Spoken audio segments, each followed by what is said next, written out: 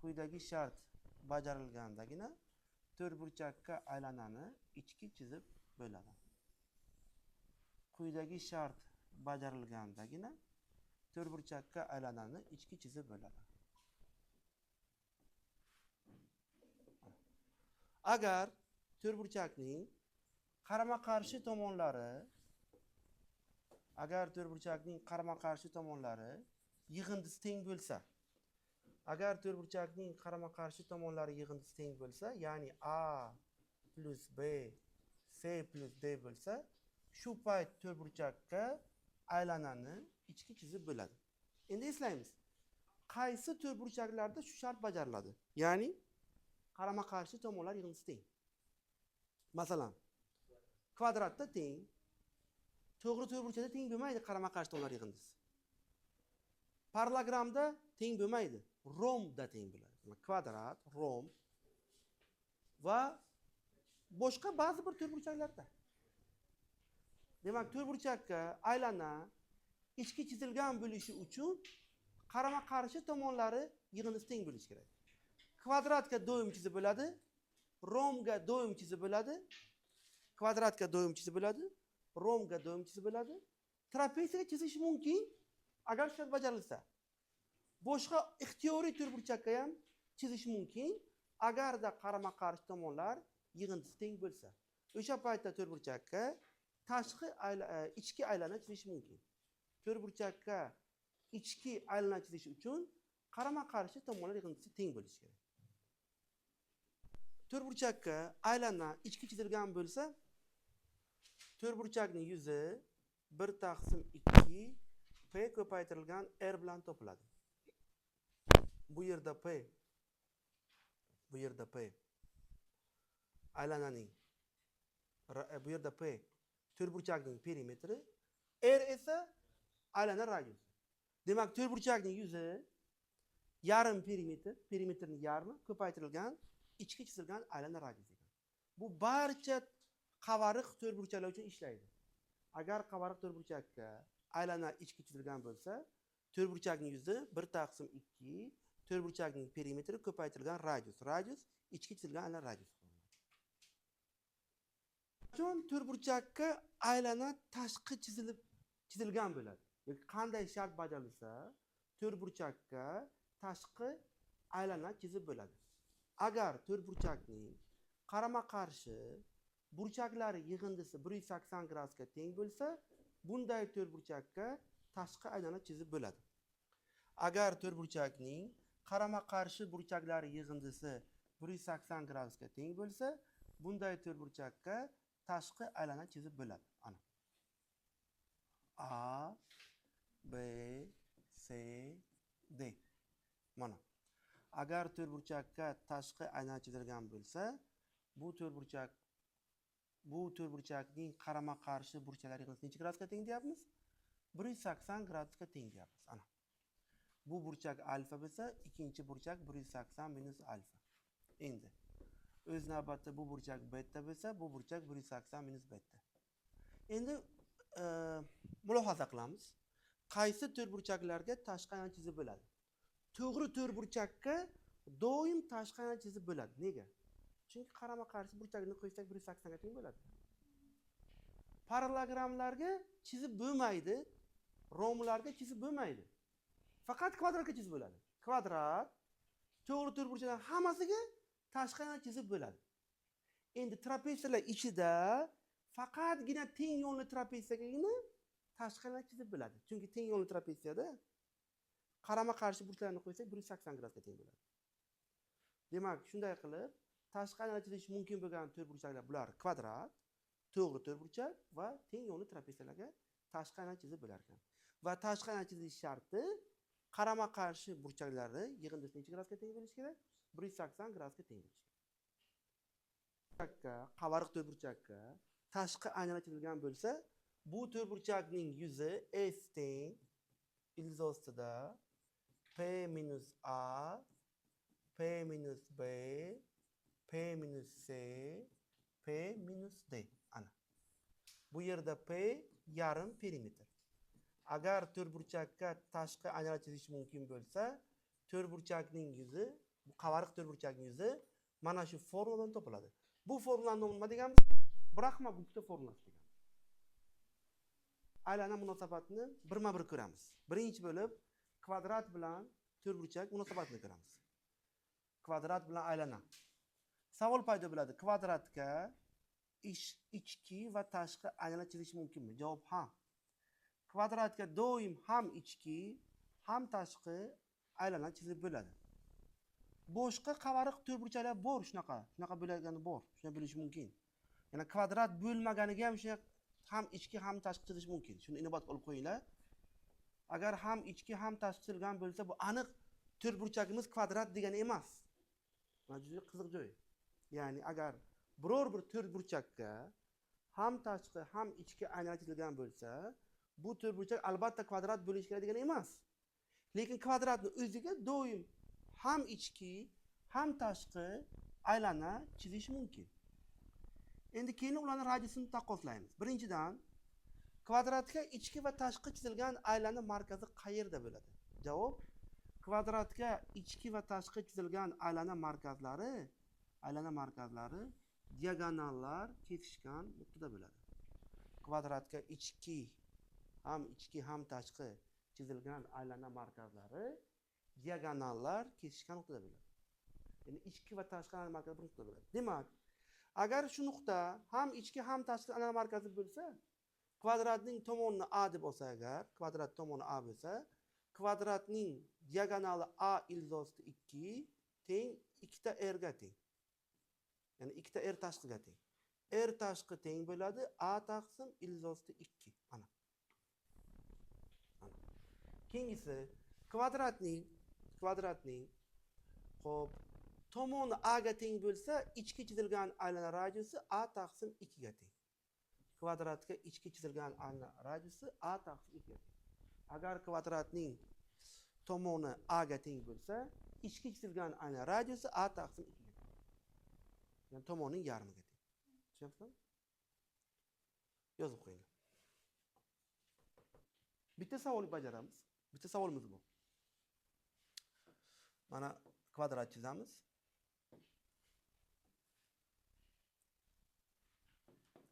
Va shu kvadratga ichki aylana chizgan bo'lsa.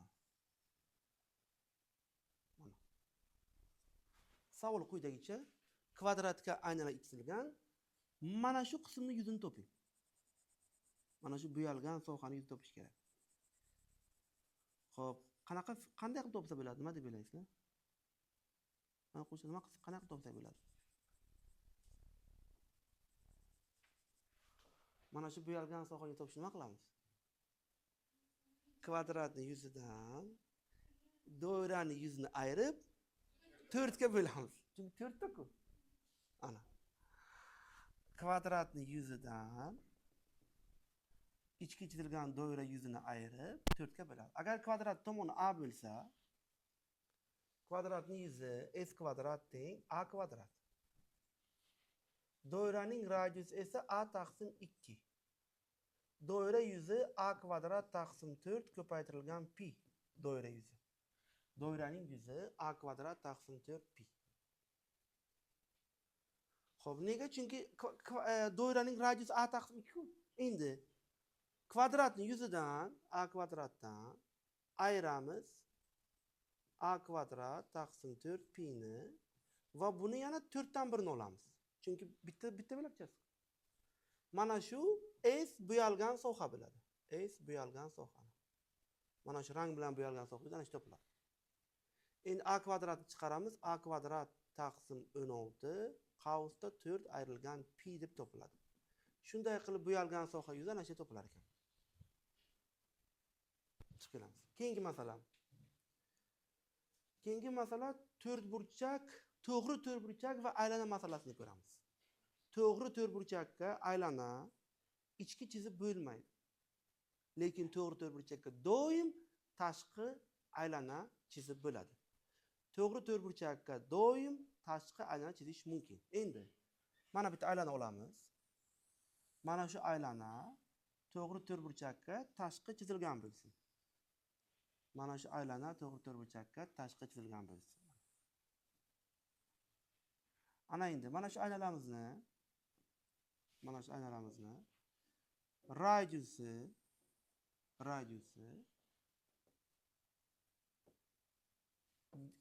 diametrni yarmiga teng. Yoki diametr ikkitaga teng. Yoki tashqi chizilgan aylana markazi diagonallar kesishgan qilib turadi.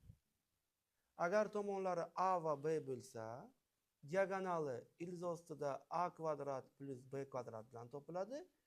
R teng D taqsim 2. Demak, agar qachonki to'g'ri to'rtburchakka aylana tashqi chizilgan bo'lsa, aylana radiusi diametrni yarmiga teng. Aylana radiusi diagonalning yarmi. Aylana radiusi to'g'ri to'rtburchakning diagonalining yarmiga teng. Bitta oson bo'lmagan masala ishlaymiz. Masala quyidagicha. To'g'ri to'rtburchakka aylana ichki chizilgan. To'g'ri to'rtburchakning tomonlari 6 va 8 ga teng. 6 va 8 ga teng. To'g'ri to'rtburchagimizni tomonlari 6 va 8 ga teng. Mana shu to'g'ri to'rtburchagimizni 8 ga teng bo'lgan tomoniga va aylanaga urinuvchi yana bitta aylana chizilgan. Mana shu aynalarning radiusini topish so'ralyapti. 8 ga teng bo'lgan tomonga urinuvchi va aynalarga urinuvchi aylananing radiusini topish so'raladi. Xo'p, birinchi bo'lib biz agar to'g'ri to'rtburchakning tomonini bilsak, biz hozir aynalarning radiusini topamiz. Qanday qilib? To'g'ri to'rtburchagimizning diagonali 36 qo'shilgan 64 10 bo'ladi. Agar diagonali 10 ga teng bo'lsa, radius nechaga teng bo'ladi? 5 ga. Endi ana bu aylana markazi bo'ladigan bo'lsa, mana ana bu masofa 3 ga teng. Nega 3 ga teng? Tomon 6 ga teng-ku. Demak, bundan bungacha bo'lgan masofa bu radiusmi bu? Bu radius. Radius 5 mi? Demak, 2 ta r nechaga teng bo'ladi? 2 ta r plus 3 teng bo'ladi 5 ga, hammasi 5. R nechaga teng bo'ladi? 1 ga. Demak, mana bu doiraning radiusi nechaga teng ekan? Bu doiramizning radiusi 1 ga teng ekan. Romga doim ichki aylana chizib bo'ladi. Demak, romni har qanaqa romga ichki aylana chizish mumkin. Sababi romning doim qarama-qarshi tomonlar yig'indisi teng bo'ladi. Ana. Agar romga aylana ichki chizilgan bo'lsa, demak bu aylana romning barcha tomonlariga urinadi. Endi savol paydo bo'ladi. Romning ichki chizilgan aynalarning radiusini qanday qilib topamiz? Mana urinish nuqtalarini bu yerga o'rnayapti. Tushiramiz bitta balandlik, romda balandlik tushiramiz. Romning o'tkir burchagi alfa tomoni A bo'lsa, romning balandligi aynalarning diametriga teng. Yoki ichki chizilgan aylana radiusi balandlikning yarmiga teng. Buni bu yerdan ko'rish qiyin emas. Mana. İçki chizilgan aylananing diametri romning balandligiga teng. Endi hozir biz tomon bilan burchak bilsak, balandlik topishimiz ham mumkin. Qanday qilib? Balandlikni h deymiz. Sinus alfa teng bo'ladi h taqsim a ga. Bundan h teng bo'ladi a ko'paytirilgan sinus alfaga. Shunday qilib romning balandligi a ko'paytirilgan sinus alfa bilan topildi. Shuni yarmi nima bo'ladi? Ichki chizilgan aylana radiusi bo'ladi. Bundan tashqari, ichki chizilgan aylana radiusi qayerda? Uzr, markazi. Ichki chizilgan aylana markazi romning diagonallari kesishgan nuqtada bo'ladi. Romning diagonallari kesishgan nuqta ichki chizilgan aylana markazi bo'ladi. Endi mana bu bitta diagonalning yarmi bo'lsa D1 taqsim 2. Bu D2 taqsim 2. Bu tomon A. Mana bu tomon R2. Mana bu qanday bo'ladi? Agar teng yonli trapetsiyaga aylana ichki chizilgan bo'lsa, qanaqa bo'ladi? Ana. Shaflom. Mana bu trapetsiya teng yo'nli. Unga aynalar chitilgan. Mana. Aynalar chitilgan.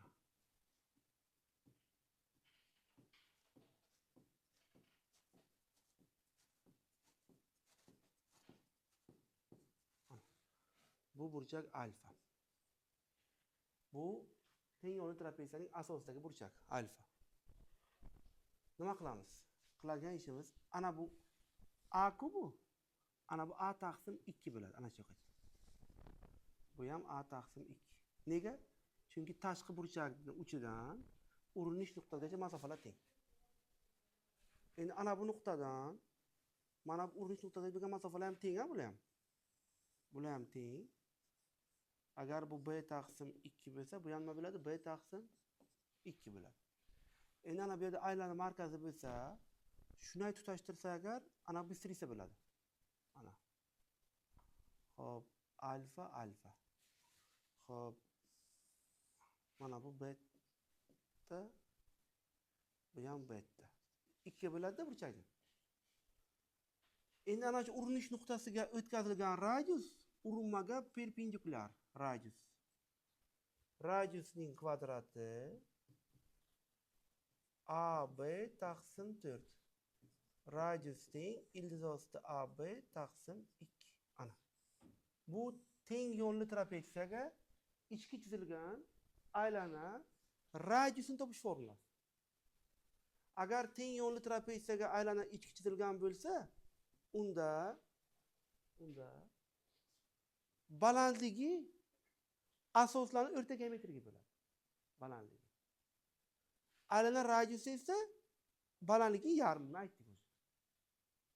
Demak, shunday qilib, agar teng yo'nli trapetsiyaga aylana ichki chizilgan bo'lsa, aylananing radiusi asoslarning o'rta geometrining yarmiga teng bo'ladi. Gras bo'ladi masalan. Buni tutash ana shu bitta balandlik tushiramiz. Bitta balandlik degani bu endi radius bo'ladi.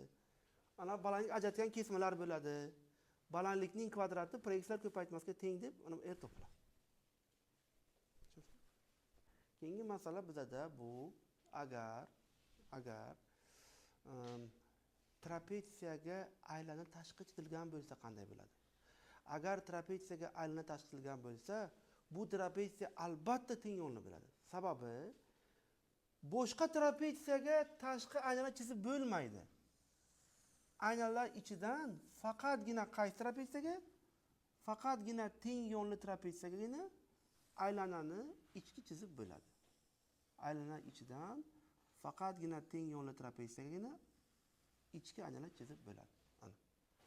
Asoslari A, B, bu C bo'ladi. A, B, C bo'ladi. Ana. Ana. Ana bunday bo'ladi. Bu H bo'ladi. Bu burchak alfa bo'ladi. Alfa bo'ladi. A, B, alfa. Endi ana bu kesmamiz. B minus A taqsim 2 bilan topiladi. Bilasizlar, endi savol, qanday qilib aylana radius topamiz? Aylana markazi qayerda bo'ladi? Eng ko'p qilinadigan xato. Ko'pchilik o'ylaydiki, tashqi chizilgan aylananing markazi diagonallar kesishgan nuqta bo'ladi. Aslida bu xato. Tashqi chizilgan aylana markazi u bo'lishi mumkin, hattoki katta asosda, trapetsiyaning ichida, tashqarisida. U narsa har xil bo'ladi. Endi savol, qanday qilib biz top olamiz? Tashqi chizilgan aylana radiusini qanday qilib topamiz? Buni topish uchun siz xuddiki uchburchakka tashqi chizilgan aylana sifatida qarashingiz kerak. Ya'ni masalan ACD uchburchak bor. Uchburchak ACDga tashqi chizilgan aynalar masalasini yechishingiz kerak. Uchburchakka tashqi chizilgan aylana masalasini yechishingiz kerak. Demak, agar qachonki trapetsiyaga aylana tashqi chizilgan bo'lsa, bu trapetsiya birinchidan teng yo'nli bo'ladi. Ikkinchidan aylana radius topish uchun uchburchak deb qarash kerak. Yo ABD, yo ACD uchburchak sifatida qaraysiz, keyin ishlaysiz. Hozir misollarda ko'ramiz buni.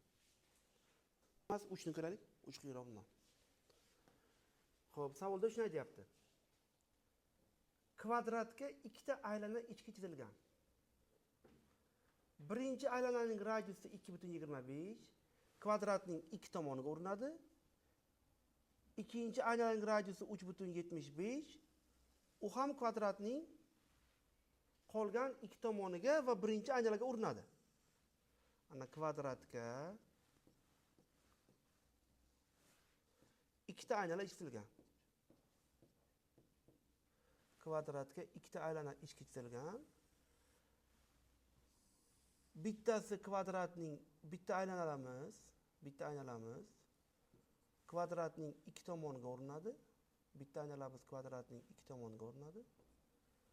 Ikkinchi aylanamiz esa kvadratning ikki tomoniga va bu aylanaga o'rinadi. Ana. Mana bunday.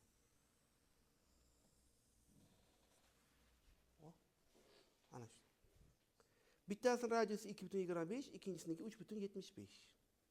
Savol so'rayapti. Kvadratning yuzini toping. Endi kvadratning yuzi uchun bizga nima yetmayapti? Kvadratning tomoni yetilmayapti. Hozir bir narsa tushunarli, ana bu kvadratning diagonali ikkala aylananing ham markazdan o'tadi.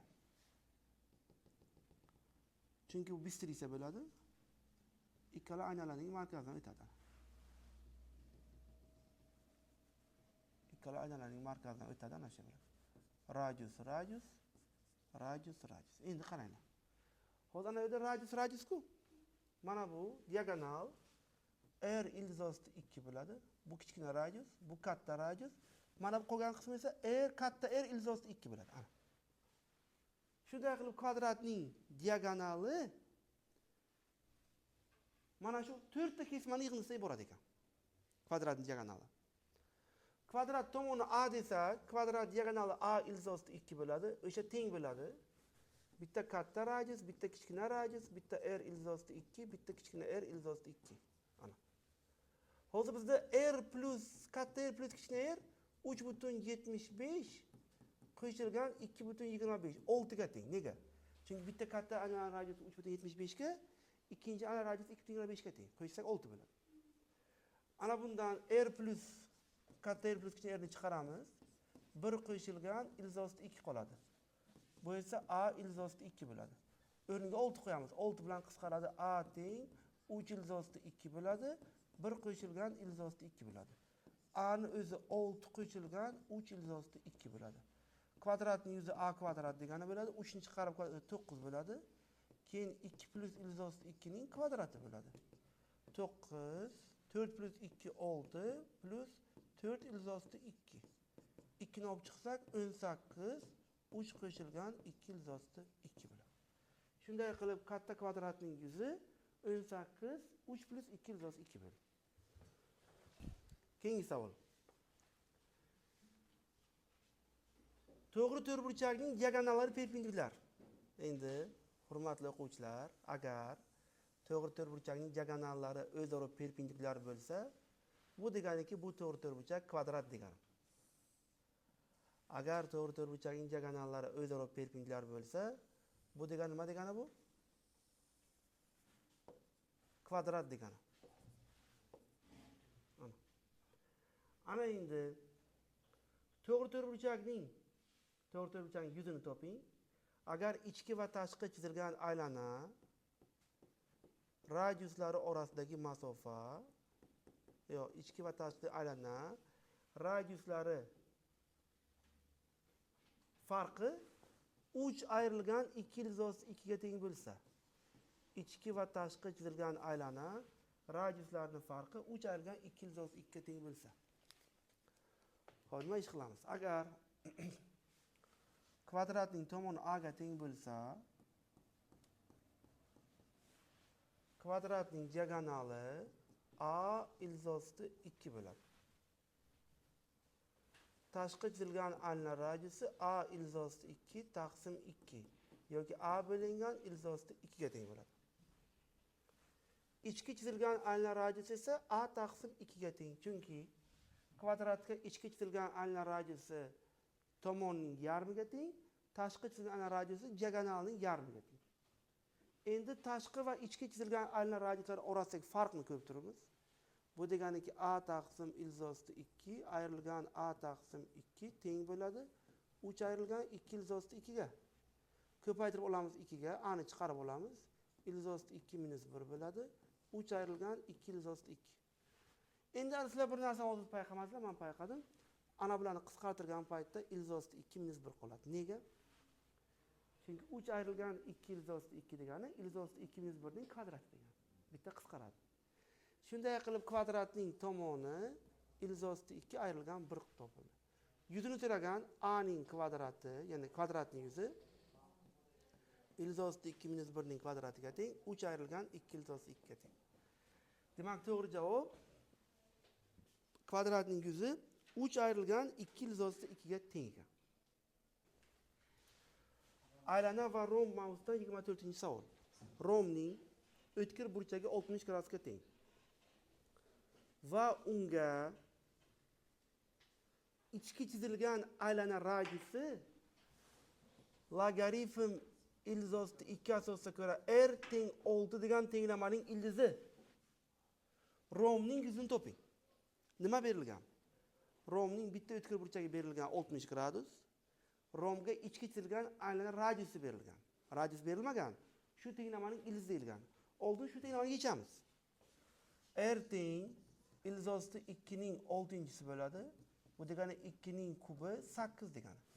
Demak, rombga radius 8 ga, o'tkir burchagi 60 gradusga teng bo'lgan. Rombga radiusi 8 ga teng bo'lgan aylana ichki chizilgan va rombning o'tkir burchagi 60 gradusga teng. Agar ichki chizilgan aylana radiusi 8 ga teng bo'lsa, rombning balandligi nechaga teng bo'ladi? Rombning balandligi 16 ga teng bo'ladi. O'tkir burchagi esa 60 gradus. Biz bu yerdan rombning tomonini topib olsa bo'ladi. Chunki sinus 60 gradusni hisoblaymiz. Sinus 60 gradus 16 bo'lingan a. Ilzosti 3 taqsim 2. Bundan a ilzosti 3 teng bo'ladi 32 ga. A teng bo'ladi 32 taqsim ilzosti 3 ga. Rombning tomoni topildi. Endi rombning yuzini topish formulasini bilasizlar. Rombning yuzini topish formulasi a kvadrat sinus alfa. Tomoni a ma'lum, 32 ning kvadrati 1024 bo'lingan 3. Ko'paytiramiz sinus 60. Ilzosti 3 taqsim 2. Qisqaradi. Javob 512 taqsim ilzosti 3. Mana shu rombning yuzi topiladi. 10-savol. Trapetsiyaning asoslari 32 va 24 ga teng.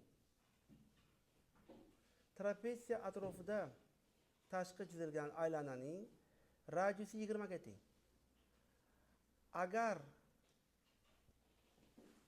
aylananing markazi trapetsiyaning ichida bo'lsa, trapetsiyaning yuzini toping. Xo'sh, nima berilgan? Berilgan trapetsiya asoslari 32 va 24 ga teng. Va bu trapetsiyaga tashqi chizilgan aylananing radiusi 20 ga teng. Asoslari 24 va 32 ga teng. Tashqi chizilgan aylananing radiusi 20 ga teng. Ana endi savol paydo bo'ladi. Aylananing markazi trapetsiya ichida degan ma'lumot zarurmi? Albatta juda zarur. Sababi ana shu 32 ku. Mana shu yerdan yana bitta 32 degan shunaqa bir vatar bor. Mana shuni tutashtirsak yana bitta nima bo'ladi? Trapetsiya bo'ladi. Unga ham aylana nima qilingan bo'ladi? Tashqi chizilgan bo'ladi. Hozir shunaqa ham trapetsiya chizsa bo'ladi. Tomonlari 24 va 32 trapetsiya, unga ham aylana tashqi chizsa bo'ladi. Lekin bizdan shu holatni bizga nima qilyapti? Shu holatni bizdan bartaraf qilyapti. Ya'ni shunday emasligini bizga ko'rsatyapti. Va aytayaptiki, trapetsiyamiz teng yo'nli, asoslari 32 va 24, radiusi 20 ga teng. Xo'p, buni yechish uchun aylana markazi bilan trapetsiyani uchlarini tutashtirdik va asoslariga ikkita perpendikular tushiramiz. Hozir aylana markazi bilan vatar uchlarini tutashtirganimizda bizada teng yo'nli uchburchaklar hosil bo'ldi. Ana bu 32 bo'lsa yarmi 16, Vatarlar 20, 20, 16. Demak bu 12 bo'ladi. 4 kara 5, 4 kara 4, 4 kara 3. Bu 12 bo'lgandan keyin 20, 12 bu 9 bo'ladi. Nega? Chunki 4, 5 kara 4, 4 kara yo'q. 5 kara 4, 3 kara 4 bu 16 bo'lar ekan bu. Uzr, 16 bo'lar ekan. Chunki 4 kara 4 bo'ladi, 16 bo'ladi. Hammasi Misr uchburchagini 4 marta oshgani. 3 kara 4, 4 kara 4, 5 kara 4. Bu paytda esa, bu yerda 12 bo'ladi, chunki 5 kara 4, 4 kara 4, 3 kara 4. Shunday qilib trapetsiyamizning balandligi topildi. Balandlik necha ekan? 28. Endi trapetsiyaning yuzini topish muammo emas. Chunki trapetsiyaning yuzi topiladi quyidagi formula bilan. Asoslar yig'indisining yarmi ko'paytiramiz balandlik. Balandlik 28. Asoslar 56. 56 ning yarmi nechaga teng? 28 ga. 28 ko'paytirilgan 28. 28 ning kvadrati bo'ldi. 28 ning kvadrati nechi? 30 ayrilgan 2 deb yozamiz. 28 ni ko'paytiramiz 28 ga. 28 kara 30 60 60 840 ayiramiz 56. Ayirsak 784 ekan. Shunday qilib trapetsiyaning yuzi nechaga teng ekan? 784 ga teng.